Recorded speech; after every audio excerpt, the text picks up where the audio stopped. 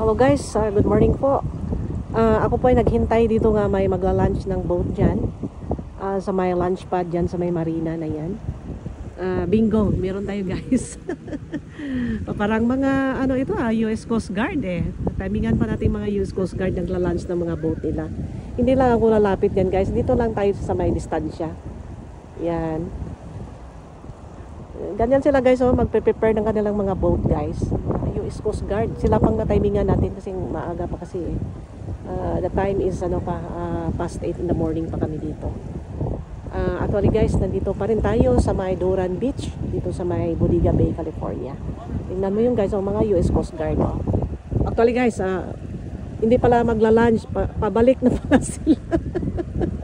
Kasi nagkalikot ako sa camera ko, nag-i-edit ako dun sa mga short video ko. Ano pala, pabalik na pala ito guys. So, hindi naglanan siya, pabalik na siya. Yung galing siya doon, nagdunggo siya doon, nagland na sila. And then, ito guys, itsura nito, pabalik na eh. Akala ko kasi palabas pa lang, pabalik na pala. Pero bakit parang nagsuot? Ano ba, umatras sila, nag-forward sila ulit, tapos babalik? Bantayan na natin guys kung anong gagawin nitong mga US Coast Guard. Kasi kanina nakayuko ako dahil nag-i-edit ako ng video ko guys. And then all of a sudden kung may nagla-launch ng boat, then I realized naka-blue tapos US Coast Guard pala ito guys. So video natin yung mga activities nila diyan. Akala ko naman pala-launch sila, pa-out sila doon kasi mukhang umatras yung sakyan eh. Yung pick-up truck yung naghila sa kanila, pero parang umakyat pabalik. So, ano ba talaga ito siya? Magla-lunch or pabalik na? Pero parang nagbihis yung kanina eh. Naglagay siya ng floater niya. Life jacket. Parang pa-out din. Akala ko kasi pa-out. Pero sige lang, bantayan natin kung ano talaga activities nila gawin. Ito guys, mga US Coast Guard ito guys. Kita mo naman. Sila yung nagpapatrolya dito sa dagat. Minsan makita mo na silang nagsisita dyan sa mga boat. Parang tawag dito na check ng mga lisensya siguro, or yung mga current yung mga lisensya yung mga yan, or talagang hindi sila illegal na labas ng mga boat dito. Kasi yung mga boat dito guys, sine-check up nila yan, make sure nga hindi nagdadala ng mga bakterya yung mga boat nila, mga sakyan. May mga check up yan sila, walang mga virus anong meron dyan. Iba din ito kasi pinoprotektahan nila yung dagat nila guys eh, tsaka yung mga isda nila, kaya nila yung magsabog na sakit dyan. Actually guys, umatras na naman sila guys. So ito pala, siguro nagbabalanse lang po sila kasi umatras pabalik. So pa-out ito guys. Akala ko naman ay kanina, akala ko talaga pa-out sila, magla-lunch, tapos parang umakyat pabalik. Pagkatapos naman, pero sabi ko, bakit nagbibihis ng life jacket yung sa doon? Tapos umatras, so ito, paalis na po ito sila guys. Yan ang feeling ko. Umatras sila, oh. Yan. Wide angle natin guys para makita natin.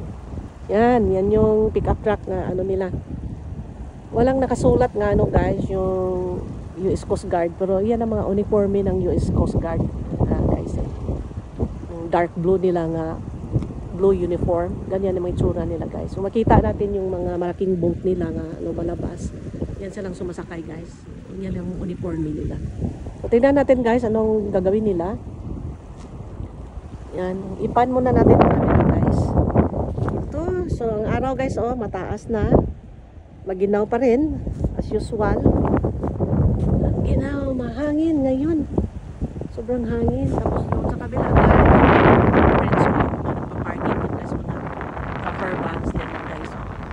mga classmate ko dyan nagpa-parking.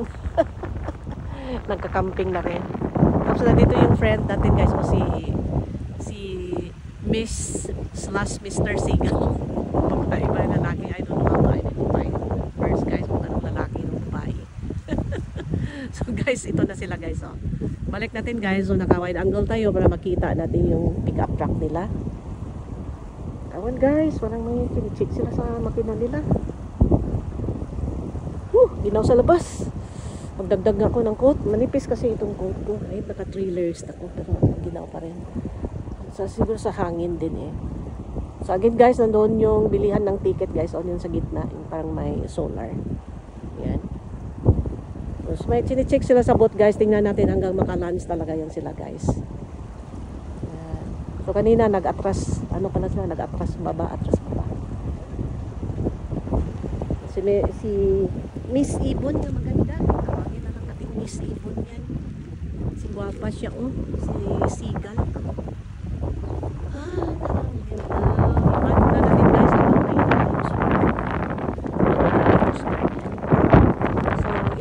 Actually, parkingan ito ng mga magla-lunch ng boat, guys. Tingnan mo, napakahaba ng ng parking space. Pero wala man namang nagpa-parking. So, parking muna ako diyan. Yan. So, silip-silipin natin, guys, hanggang makalabasin sila. Tapos diyan naman sa kabila, guys, mga parkingan din. Parking area din. Tapos may mga picnic table diyan. Pero walang nagpi-picnic pa, guys, kasi Tuesday ngayon eh. Yung mga tao nagtatrabaho, yung mga tao. Yan. Tapos noon pa rin sila guys, hindi pa rin sila nakakalaunch ng boat nila.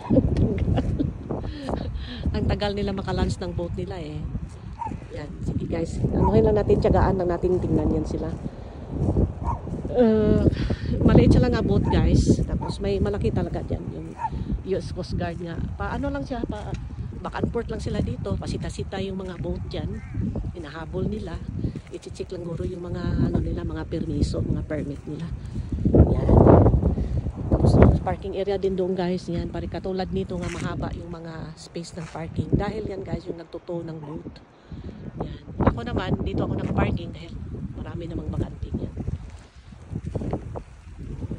Okay, so maluwag guys. So Tuesday, vlog lang muna tayo guys because this is I'm doing it. Vlog lang po tayo. Yan. Tapos wala pa rin. Sige lang. Tingnan natin maglalan sila guys, yung mga US Coast Guard natin dito. Tapos may mga taong naglalakad doon guys. Yun, may mga upuan dyan nga walang nakaupo. Maraming upuan pero walang nakaupo. Yan. Tapos sa kabila guys, oh, yun, nagbi-build up na rin yung mga tao doon. So makita nyo guys, yan ang huling ahead. So yung nilalakad ko doon, yung parang may hole at the head, doon siya banda guys. So, ito, umalis na sila guys. So sige, balik natin camera guys. Tingnan natin. Hello, US Coast Guard. Bye-bye you. Nakalance na sila finally. Nandun yung naiwan yung pick-up truck nila guys. Yan. Tapos nandun yung US Coast Guard guys. Yan. Magchichik-chik yan sila guys. Saan sa punta? Sa Marina. Yan. Tapos, yan. Doon na siya guys. Alis na. Tapos itong pick-up truck niya nga, sa kanya, nakahila. Yan. Alis na rin yan. Tapos to guys, papunta siya sa Marina guys. Siguro, sila doon. May mga checklist sila doon gagawin. O anong meron silang gagawin doon guys. Bye-bye, US Coast Guard. Bye-bye you.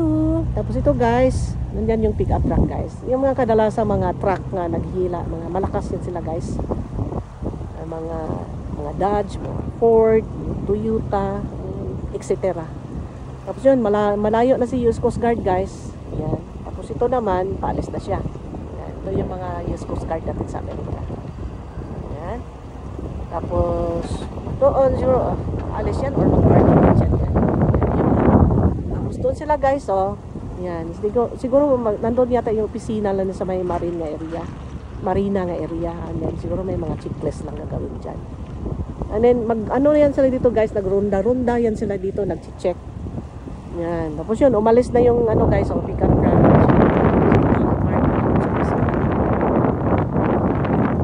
Tapos ito naman guys, naglakad dala yung aso nila. Basta nakalis lang yung aso. So umalis na yung sa kanila guys, yung US Coast Guard nakato. Tapos doon, ng US Coast Guard, papunta doon, baka mag-check sila doon sa may Marina. So ang Spad Marina guys, na doon nga area guys, oh. Doon nga area, yung Spad Marina. Yan ang, talaga, yung entrance niya somewhere there. Tapos doon naman, mga restaurant yan, mga bahay-bahay doon, yung nga area. Alright? Okay guys, so, gusto ko pa rin, yung parang mga boat dyan, nga hihilain.